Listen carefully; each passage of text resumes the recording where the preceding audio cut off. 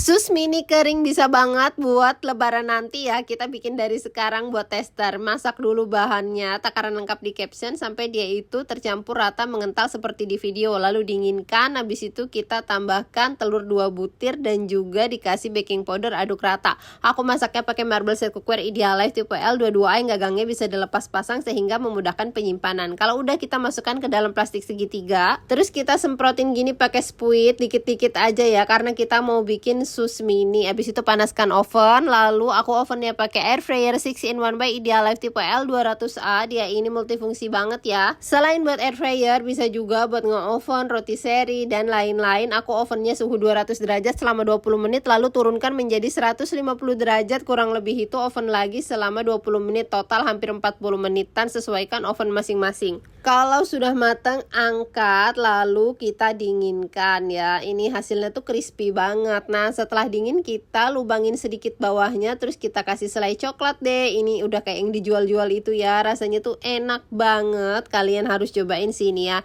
Cocok banget nih buat menu lebaran nanti ya. Yuk cobain bikin juga.